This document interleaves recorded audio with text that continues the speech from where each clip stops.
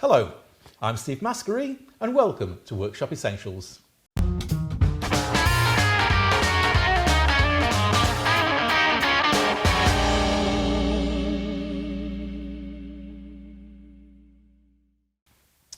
There's nothing ultimate about today's offering, but there's two little workshop tips which help me in the workshop.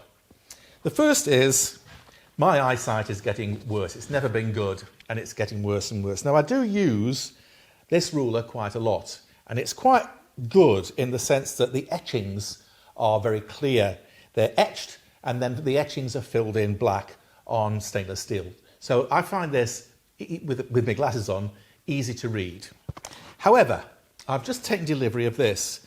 It's a little square, it's quite nicely made, quite nicely finished, but there is a scale along this top edge and I can't even see it, let alone read it, because it's red on red. There's no contrast. So this is what we do.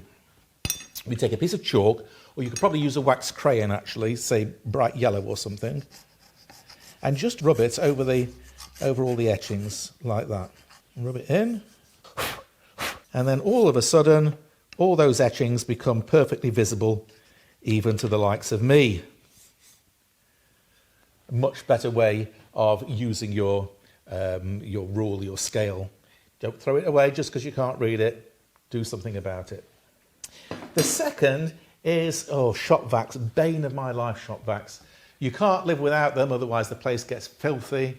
But they take up space, they're always in the way, and they seem to fill up faster than ever as I get older. I'm forever lasting emptying them.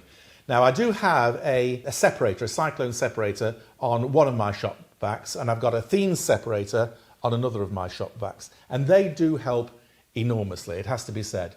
But they're not perfect, and so stuff does get into the bag, and eventually the bag gets full. And when this is full and solid, it's very difficult to empty. You've got a very small hole here to fertile things out of. It takes time, it's messy, it's a horrible job. The alternative is to just chuck it away. But this is full of plastic fibres, and we're all trying to reduce our single-use plastic footprint, are we not? So this is what we do. Oh, the other thing is they're quite expensive. A bag of these is nearly 20 quid. So if you're getting through one or two a week, that soon adds up.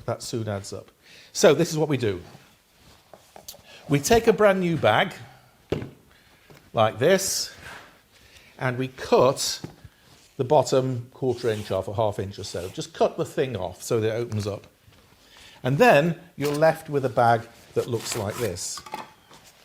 A nice big hole that you can get stuff out of easily.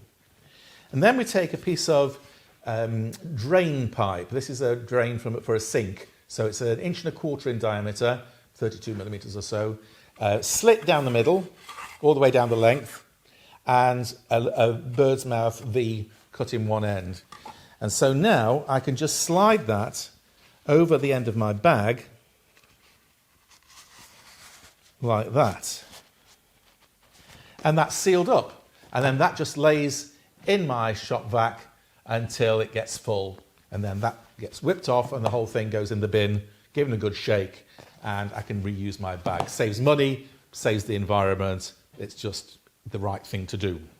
But Steve, I hear you say, my shop vac isn't like that. Mine's a cylinder and it uses paper bags like this. And those paper bags have got to be wrapped around the cylinder. So I can't put a straight clip on like you've got there. Well, I've thought about that, my friends.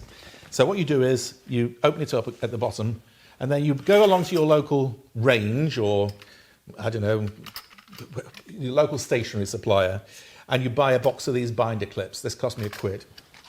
And you just seal the bag up again with lots of little clips.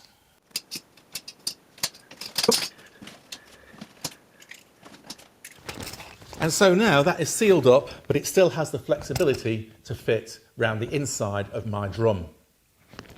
So there you go, a couple of ideas for your workshop. Save the planet, save money, and save your eyesight. Thank you very much for watching.